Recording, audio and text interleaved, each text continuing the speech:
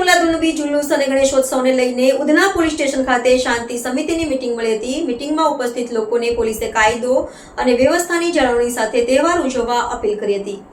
Udhna police station ખાતે શાંતિ સમિતિની બેઠક યોજાઈ હતી। આ બેઠકમાં આવનારા ગણેશ ચતુર્થી અને ઈદે મિલાદુન્નબી તહેવારોને શાંતિ અને ઉલ્લાસથી ઉજવવા માટેની તૈયારીઓ અને સંવાદ માટે આયોજિત કરવામાં આવી હતી। શાંતિ સમિતિના સભ્યો અને ઉધના વિસ્તારના આગેવાનો આ મહત્વપૂર્ણ મીટિંગમાં હાજર રહ્યા હતા। મીટિંગમાં ઉપસ્થિત લોકોને પોલીસે કાયદો અને વ્યવસ્થાની જાળવણી સાથે તહેવાર ઉજવવા અપીલ કરી હતી। કેમેરામેન હકીમ શેખ સાથે વસીમ હાસમીનો રિપોર્ટ, આઝાદ ન્યૂઝ, સુરત। આજરોજ ઉધના પોલીસ સ્ટેશન ખાતે આગામી બે મુખ્ય તહેવારો કે જેની ઉજવણી સમગ્ર રાષ્ટ્રમાં થાય છે અને સમગ્ર વિશ્વમાં થાય છે એવા ભગવાન ગણપતિજીની સ્થાપનાથી લઈ અને એમના વિસર્જન સુધીના તમામ દિવસો માટેનું, સાથે સાથે પ્રોફેટ મોહમ્મદ સાહેબના જન્મદિવસ ઈદે મિલાદુન્નબી આ તહેવારની ઉજવણી પણ થનાર છે।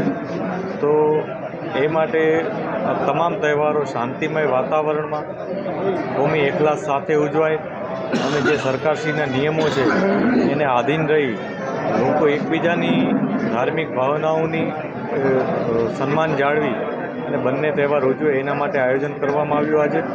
એના માટે ઉધના વિસ્તારના તમામ આગેવાનશ્રીઓ કે જે લોકો શાંતિ સમિતિના સભ્યો તો છે જ, પરંતુ ઉધનામાં અને સમગ્ર શહેરમાં શાંતિ જળવાઈ રહે એના માટે સતત કાર્યશીલ છે, સતત મહેનત કરતા રહે છે। એવા તમામ આગેવાનો, મંડળોના આયોજકો અને તમામ આવ્યા હતા।